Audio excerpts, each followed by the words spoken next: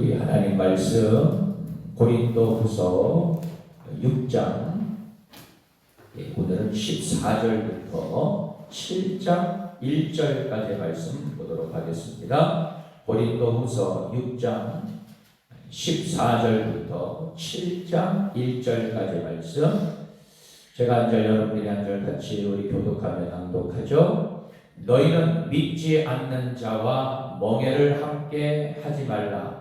이 의와 불법이 어찌 함께하며 빛과 어둠이 어찌 사귀며 그리스도와 벨리알이 어찌 조화되며 믿는 자와 믿지 않는 자가 어찌 상관하며 하나님의 성전과 우상이 어찌 일치가 되리요. 우리는 살아계신 하나님의 성전이라. 이와 같이 하나님께서 이르시되 내가 그들 가운데 거하며 두루 행하여 나는 그들의 하나님이 되고 그들은 나의 백성이 되리라. 그러므로 너희는 그들 중에서 나와서 따로 있고 부정한 것을 만지지 말라. 내가 너희를 영접하여 너희에게 아버지가 되고 너희는 내게 자녀가 되리라. 전능하신 주의 말씀이니라 하셨느니라. 그런즉 사랑하는 자들아, 이 약속을 가진 우리는 하나님을 두려워하는 가운데서 거룩함을 온전히 이루어 육과 영의 온갖 어려운 것에서 자신을 깨끗하게 하자. 아멘. 아멘. 할렐루야. 아멘. 살아계신 우리 주님을 찬양합니다. 아멘. 오늘도 우리에게 귀한 날, 은혜의 날, 복된 날을 허락해 주신 우리 하나님 앞에 감사, 찬양, 영광을 올려드립니다. 아멘. 오늘도 저희들 변함없이 이 성전에서 또한 각 처소에서 우리 주님을 찬양하고 예배합니다. 오늘 이 한 시간 우리는 기도의 강가로, 말씀의 강가로, 그리고 회복과 치유의 강가로 나아가기를 우리가 간절히 소망하며 이 시간 기대합니다. 성령께서 이 예배를 주관하시고 오늘도 말씀을 우리가 깨닫는 그런 은혜와 또 영적인 그런 은혜로 충만하게 임하여 주실 줄 믿습니다. 아멘. 오늘도 은혜 날로 승리의 날로 선포하노라. 아멘. 자, 따라합니다. 거룩한 삶을 지향하라. 거룩한 삶을 지향하라. 예, 오늘 말씀의 제목입니다.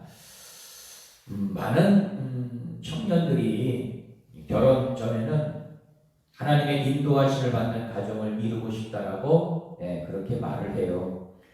그런데 하나님의 뜻대로 가정을 세우기 원한다면 두 사람 중에 한 사람만 그런 소원을 가져서는 안 될 것입니다. 부부가 같은 방향을 바라보고 그리고 같은 목적으로 가정을 세워나갈 때 그것이 바로 믿음의 가정이요, 그리고 그리스도인들의 거룩한 가정이 되는 것이죠. 아멘. 그래서 소위 짝짝꿍이 맞아요. 짝짝꿍. 아멘. 그런데 부부 중 어떤 한쪽만 신앙이 있고 그리고 한쪽이 신앙이 없으면 사실 이것은 어긋난 짝짝꿍이 되는 것입니다. 부부가 어긋난 짝짝꿍을 이룬 성경에서의 대표적인 사례가 누구냐? 바로 아합 왕과 이세벨이었어요. 여러분 잘 아실 겁니다. 여러분, 아합은 원래 북이스라엘을 정치 그리고 외교적으로 매우 탁월하게 통치한 오므리의 아들이었어요. 당시 이 아합 왕은 이 이스라엘 이방 나라들과 특히 이 베니겟 사람들은 어떤 사람들이냐? 이스라엘 이렇게 이 지역이 있으면 저 위쪽에 그 수리아 안디옥 그 지역보다 약간 밑에 있는 이제 그런 이제 이방 나라들에 속한 그런 종족을 바로 이 베니겟 사람들이라고 하는데, 특히 이 베니겟 사람들을 왜 이 아방이 동맹을 맺으려고 했던 것은 바로 지중해 연안에 있었던 나라들이에요. 그러니까 무역을 좀 활발하게 하기 위해서, 그리고 각종 그 나라의 그 소위 말해서 이 좋은 물건들이 나는 그런 지역이었기 때문에 그들과 조금 이렇게 동맹을 맺기 위해서 이 시돈 왕 엑발의 딸이었던 이세벨과 정략적인 그런 결혼을 하게 됩니다. 그런데 이 이세벨이 자기가 믿고 있었던 우상을 숭배했던 그 바알, 그 신을 이스라엘 땅으로 가지고 들어오는 거예요. 그러니까 결국 남편이었던 이 아하방도 자연스럽게 바알을 숭배하게 되고, 그리고 심지어는 이 바알을 국교화시켜버리는 그런 엄청난 우상 숭배에 빠지고 말았다는 것입니다. 결국 바알을 이스라엘 공동체에 적극 도입한 것이죠. 만군의 여호와 하나님, 그 유일하신 하나님을 믿었던 이스라엘 땅에 어떻게 해요? 이 우상 숭배가 결국은 들어오게 된 것입니다. 아합은 처음부터 하나님에 대한 신앙을 버릴 생각은 아마 없었을 거예요. 선진 문화를 흡수하고 또 이세벨의 환심을 사기 위해 바알 숭배를 택했던 것으로 우리가 추측할 수가 있는데, 아무튼 정말 북이스라엘 왕들 중에 19명의 왕들 중에 가장 지독한 왕 중에 한 명이 바로 이 아합왕이었다는 거예요. 그러니까 여러분, 이것만 봐도 여러분 이 결혼 생활이 여러분 얼마나 중요하냐면, 믿지 않은 그 사람과의 결혼을 통해서 자신도 변질되고 말. 여러분, 이것이 바로 제가 서두에서 말씀드렸던 어긋난 짝짝꿍이다, 그렇게 말씀드릴 수가 있는 것입니다. 크리스천들이 다른 종교를 가진 사람 혹은 믿지 않는 사람과 가정을 이루려고 하는 것은 사실 부담스러운 일이 아닐 수가 없어요. 또 주변에서 그런 청년들이 결혼하겠다고 이렇게 인사가 올 때에 저는 꼭 처음부터 그 청년들에게 묻지 않습니까? 남자는 교회 잘 다니냐? 예수 믿냐? 아내 될 사람은 교회 잘 다니냐? 난 그것부터 물어봐. 그래서 교회 잘 다닙니다. 신앙생활 잘합니다. 그러면 안도의 한숨이 그냥 이렇게 되네. 아유, 잘 됐다. 이것부터 말하게 되는 거죠. 여러분, 종교는요, 인간의 모든 삶의 분야에 영향을 주는 통합적 사상 및 행동체계이기에 종교가 다른 사람들이 만나 한 가족을 이루며 서로의 고통 그리고 분쟁과 다툼이 가중되곤 맙니다. 하나님의 약속을 받은 사람은 결혼을 비롯해 모든 영역에서 사명을 최우선으로 삼는 그런 믿음의 성도가 되어야 할 줄 믿습니다. 아멘. 여러분, 우리가 본질을 지킨다는 것. 정말 다른 건 내가 다 포기하더라도 정말 이것만큼은 안 됩니다. 여러분, 그러한 조금 영적인 정체성을 가지고 우리가 살아가야 된다는 것을 일깨워주고 있는 말씀이죠. 그것이 영적인 깨끗함을 유지하면서 거룩하신 하나님의 뜻을 이루는 삶인 줄 믿습니다. 아멘. 여러분, 거룩함을 추구하기 위해서는요, 다른 거 없어요. 딱 한 가지.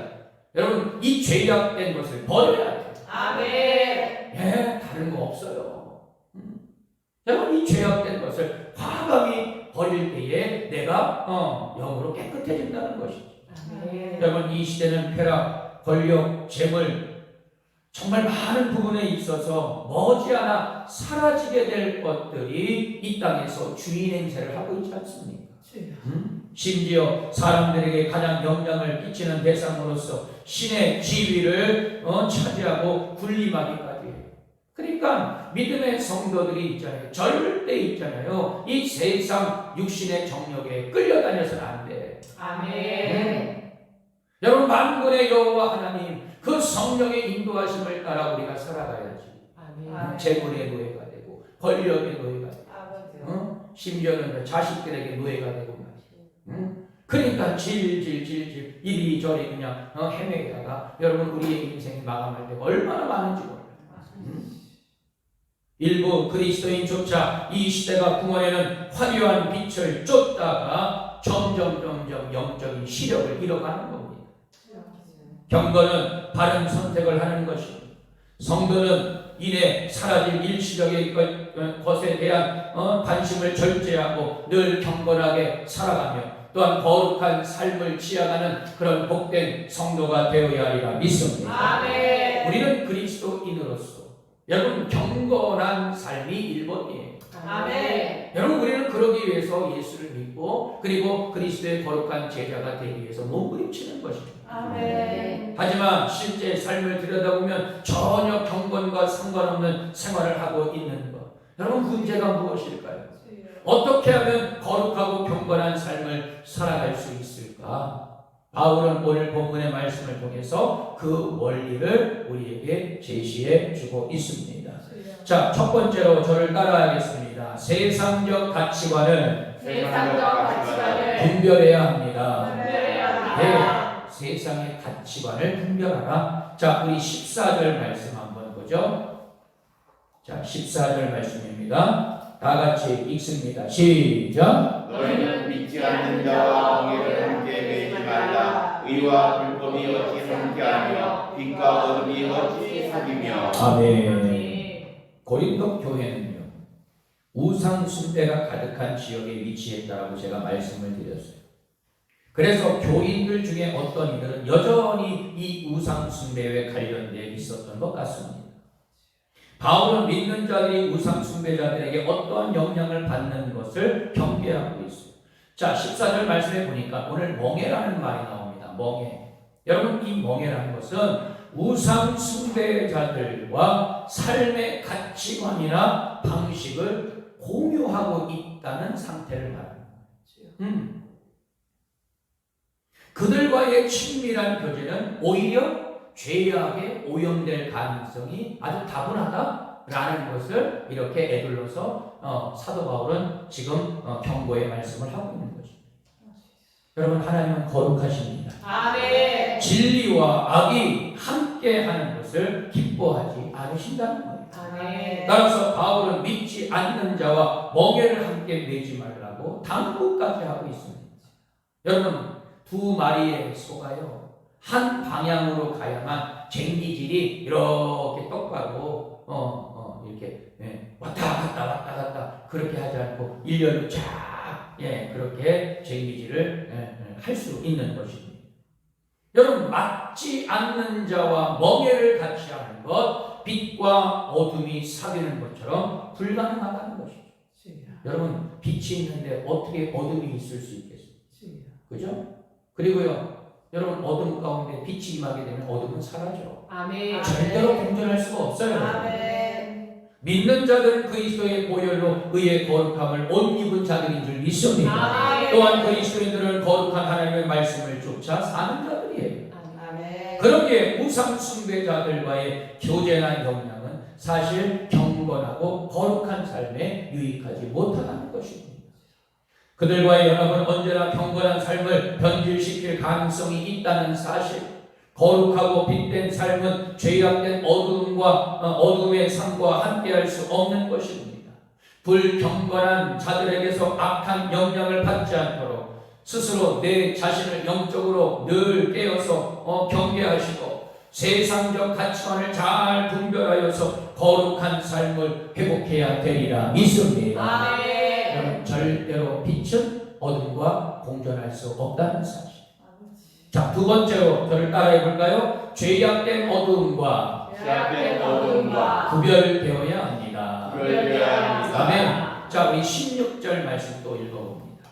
16절 말씀 다 같이 읽습니다. 시작. 하나님의 성전과 우상이 어찌 일치가 되리요? 우리는 살아계신 하나님의 성전이라. 이와 같이 하나님께서 이르시되 내가 그들 가운데 거하며 그로 행하여 나는 그들의 하나님이 되고 그들은 나의 백성이 되리라. 아멘.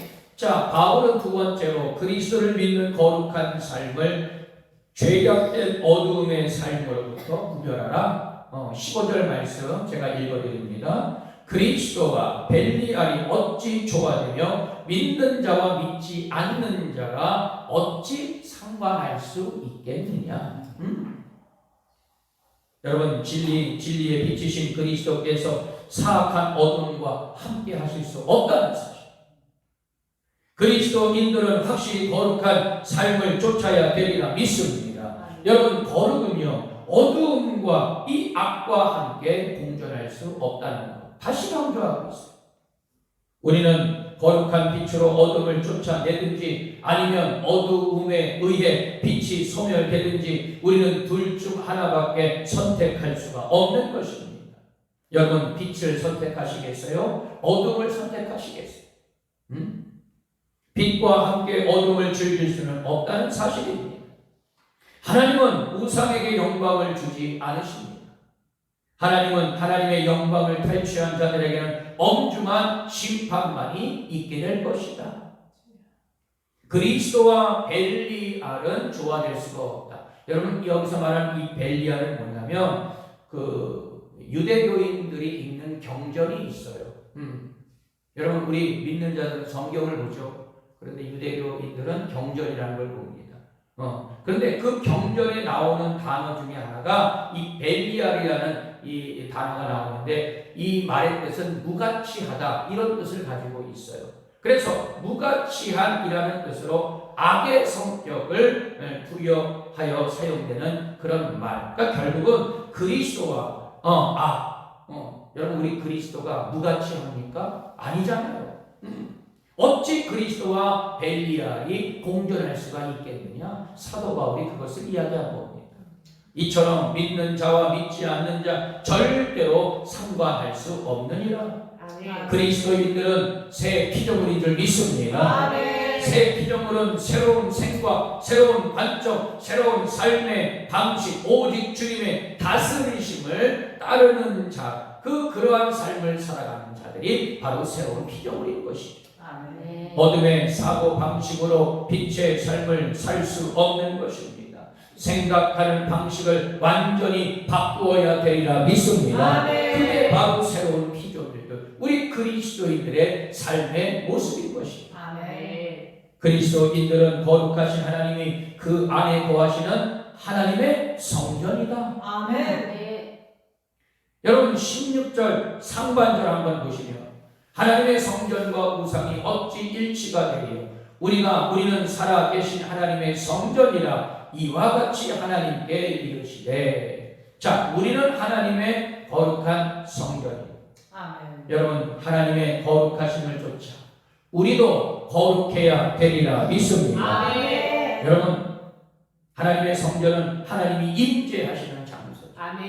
우리 교회에 날마다 하나님의 임재가 가득 채워지게 될 줄 믿습니다. 여러분들의 각 처소에도 하나님의 임재와 영광이 날마다 머물러 함께 하시기를 축원합니다.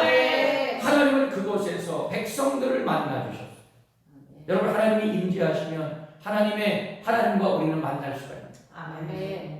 여러분, 이 성전이 또 여러분들의 각 처소에 하나님이 임재하고 계시기 때문에 우리는 하나님의 그 인도하심이 우리는 느껴지는 것입니다. 죄인들은 제물을 가지고 성전을 찾아가 제사했어요. 대속 제물이 사람을 대신에 바쳐줄 때 그 사람은 용서함을 받았습니다.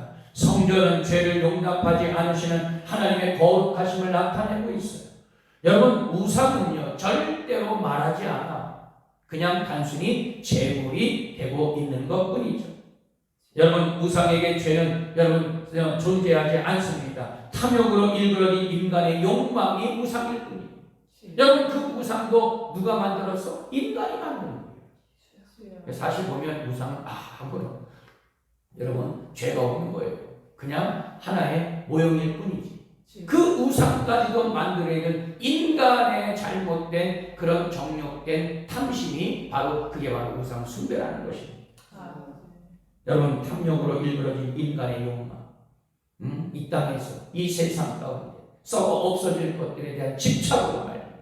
하나님을 떠나 살고 성전이 그런 내 안에 성전 삼고 계시는 그 성령의 인도하심을 따르지 못하고 늘 세상 소리에 세상 정욕대로 살아가고 있는 그런 성도들이 얼마나 많은지 몰라요. 목적이 다르고 이유가 다른데 어찌 이 성전과 우상이 함께 할 수 있겠느냐, 일치할 수 있겠느냐. 여러분, 무슨 말이에요? 정말 성령이 우리 가운데 역사하시고 나를 지금도 성전 삼고 계시는 그런 거룩한 내 몸을 가지고 어떻게 감히 우상을 숭배할 수 있고 어떻게 하나님이 아닌 다른 삶을 살아갈 수 있겠냐, 그걸 말하는 것입니다. 여러분, 하나님의 성전과 우상은 일치할 수 없느니라. 할렐루야. 아멘. 그러므로 우리는 거룩한 백성으로서 늘 정체성을 인식하며 살아가는 자들이 되어야 할 것입니다. 아멘. 성전은 살아계신 하나님의 성전이라. 할렐루야. 아멘. 분명히 말씀하고 있어요. 여러분들 한 사람 한 사람 하나님의 성전인 줄 믿습니다. 아멘. 여러분, 그 성전을 절대로 우리는 더럽혀서는 안 돼요. 아멘. 거룩함을 추구하는 그런 믿음의 성도가 되어야 하리라 믿습니다. 아멘. 여러분, 우리 안에 성령이 내주하고 계시기 때문이에요. 성도는 내주하시는 성령에 의해서 거룩한 존재가 되는 것입니다. 내가 의롭다 해서, 내가 뭐 착한 일 하였다, 내가 이 땅에서 여러분 많은 선한 일을 하고 살아도 내 안에 성령이 거주하지 않으시면, 내 안에 성령님이 함께 하시지 않으면요, 여러분 아무런 의미가 없는 거예요. 그거는 자기 의밖에 되지 않는 것입니다. 성전 안에 우상이 있어서는 안 될 것입니다. 세상 문화, 세속적인 것들이 있어서는 안 될 것입니다. 성도의 삶은 오직 하나님 앞에 예배하는 삶이 전부가 되어야 하리라 믿습니다. 삶의 모든 기준과 이유, 하나님의 뜻에 의해서 결정되는 거예요. 자신이 누구인가를 잊을 때 영적인 삶은 퇴보하게 되어 있습니다. 따라서 우리는 하나님의 성전으로서 자기 정체성을 끊임없이 되뇌고 기억해야 되리라 믿습니다. 오늘날 여러분, 우리는 하나님의 성전으로 살아가는데, 여러분, 우리가 경건하고 거룩함을 유지함으로써 하나님은 날마다 우리 안에서, 우리 교회 안에서, 여러분들의 가정 안에서 언제나 함께 우리와 교제하며 동행하기를 간절히 원하고 계시는 줄 믿습니다. 하나님은 우리를 당신의 성전으로 삼으시고 당신의 백성으로 인정하십니다. 우리 모든 성도들 죄악된 어두움을 구별하고 성결된 삶으로 하나님의 백성답게 살아가시기를 주님의 이름으로 축원합니다. 자, 끝으로 다시 한번 따라합니다. 거룩한 싸움에서 이겨야 합니다. 할렐루야. 자, 우리 7장 1절 말씀이 있습니다. 자, 7장 1절입니다. 다 같이 읽습니다. 시작. 그런즉 사랑하는 자들아, 이 약속을 가진 우리는 하나님을 두려워하는 가운데서 거룩함을 온전히 이루어 육과 영의 온갖 더러운 것에서 자신을 깨끗하게 하자. 아멘. 여러분, 거룩은요, 악과 세상으로부터 구별될 때 가능합니다. 제가 늘 얘기합니다.